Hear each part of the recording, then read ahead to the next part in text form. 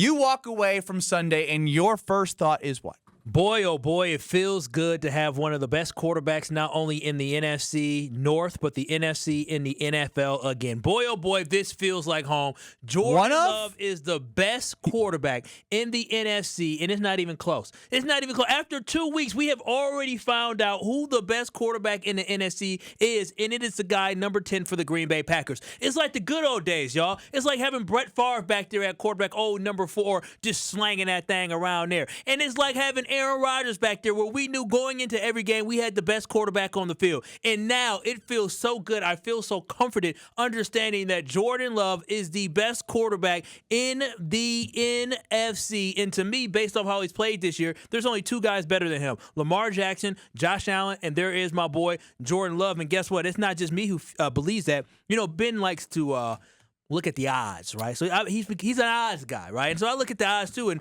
Ben, do you know the MVP odds for the 2025 season according to different places?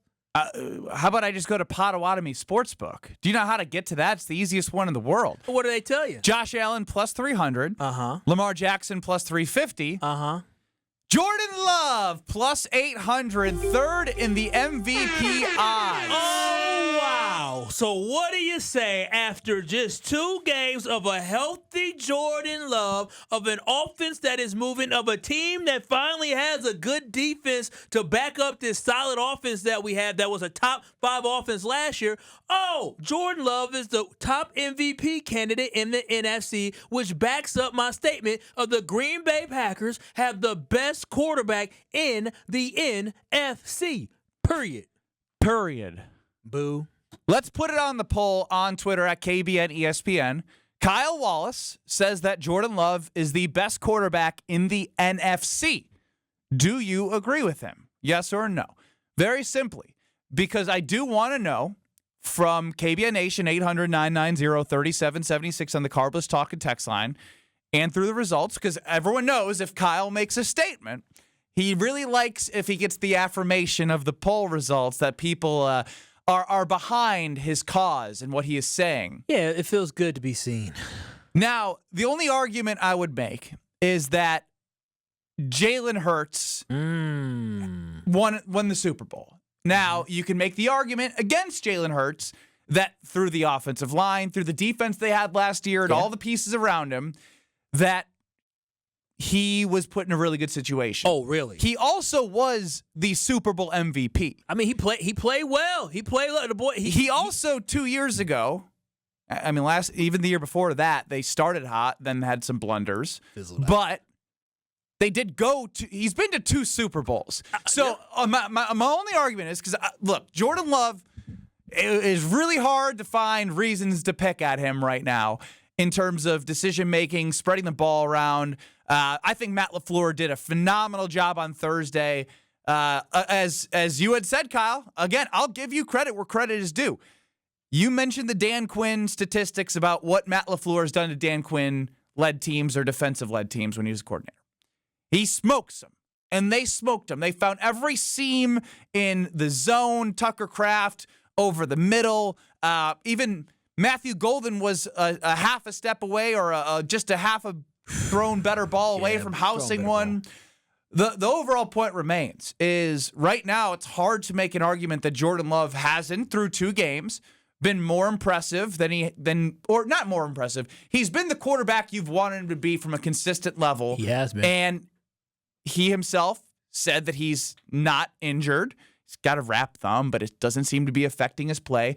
How about the picking up some yardage with his legs? Oh, beyond that, he lowered that shoulder. He was the hammer, and Trey Amos was the nail on that play. I don't want to get into the whole show of should he have slid or not once he got the first down. Doesn't matter, momentum, baby. I love the moxie he has shown. I think the moxie that the defense have shown has almost in a way put like a challenge to this offense, right? Like, because we know what this offense is capable of. We've seen this offense with Jordan Love and Matt LaFleur thrive in phases most of the time. That 2023 end of season stretch, 2024 they were good, not great. He was injured. There are a lot of different moving pieces. This was the year where it's like, all right, once you get Micah, You see the defense absolutely demolish the Lions, who we all know, and if you don't know, put a throttling to the Chicago Bears 52-21. So that makes the defensive performance by the Packers week one even bigger. You mean the Lions aren't bad like people thought they may be? No, but I think it was fair to have the question marks because everyone did have the question marks about the coordinator. I rolled my eyes so hard I almost went blind. That's because you're playing the results right now. I'm playing the results. No. You're playing the results. It's fair for people before the season to have wondered what the team would be like with their new coordinator. You now have two games, one against the Packers and one against the Bears. They scored 51 points, more like the team that we saw in 2024, but against the Packers fast, athletic, pressuring. Put the pause button, as Jeff Hafley likes to do on the screen, and you see 3, 4, 5, 6, 7 guys around the football. That's in the frame, baby. I mean, look, it's one of those things where I want to get back to what people's thoughts on Jordan Love are, because we talk about all these great things. He has the ability, if he plays at a high level, to take this team to where fans have wanted to go since 2010. So is Jordan Love, as Kyle has stated, the best quarterback in the NFC? And I love the way he maneuvers the pocket. The one thing that he's so good at, and it makes our offensive line look so much better, is the fact that he's able to maneuver around the pressure and still deliver the pass downfield. Now, his accuracy has to be better on some of those throws downfield. You mentioned the throw to Matthew Golden, which he should have put some more on it, but his ability to maneuver in the pocket makes him so great. And then, like you even said before, now that he seems to be using his legs on some of these instances to pick up first downs, that will be key for him as well. And when you talk about Jalen Hurts, I get it. Jalen Hurts is a Super Bowl winning quarterback, Super Bowl MVP. He's a really good quarterback, but when you look at his stats from this year, you just look at him overall as a player.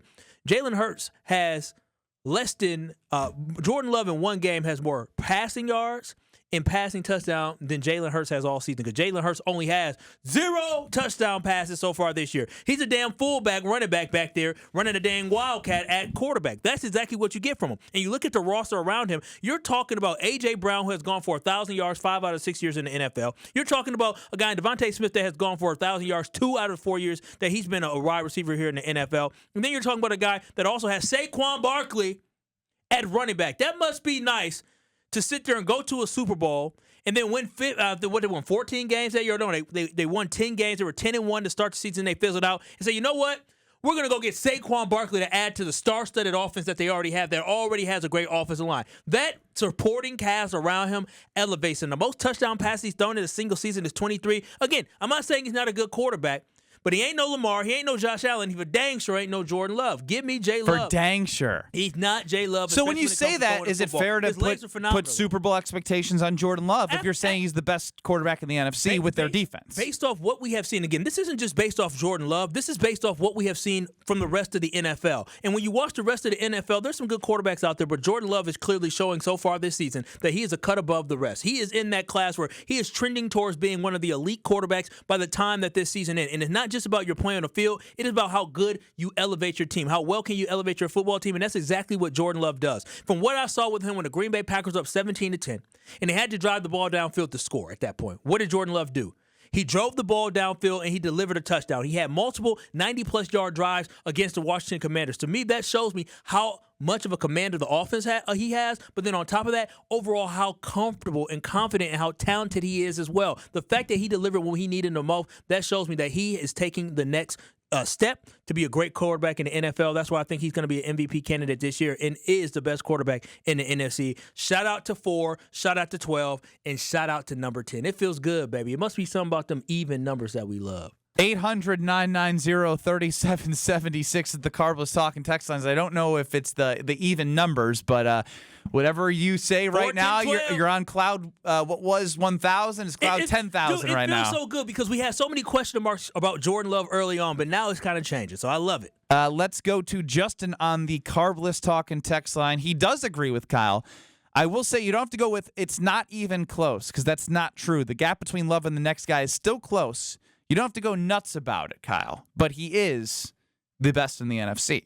I'm going loco about it. So I said what I said. Loco about it. You like you some loco. I said what I said. What I have seen from Jordan Love this year is beyond promising. Most Packers fans should breathe a sigh of relief because right now we are seeing that level of play that we saw at the end of 2023, the guy that we believed he was going to be last season until he got hurt early in the year, which messed up the season. Now we get to see what a healthy Jordan Love can do in this type of offense. So, he will be in that Hall of Fame talk. Just wait on it.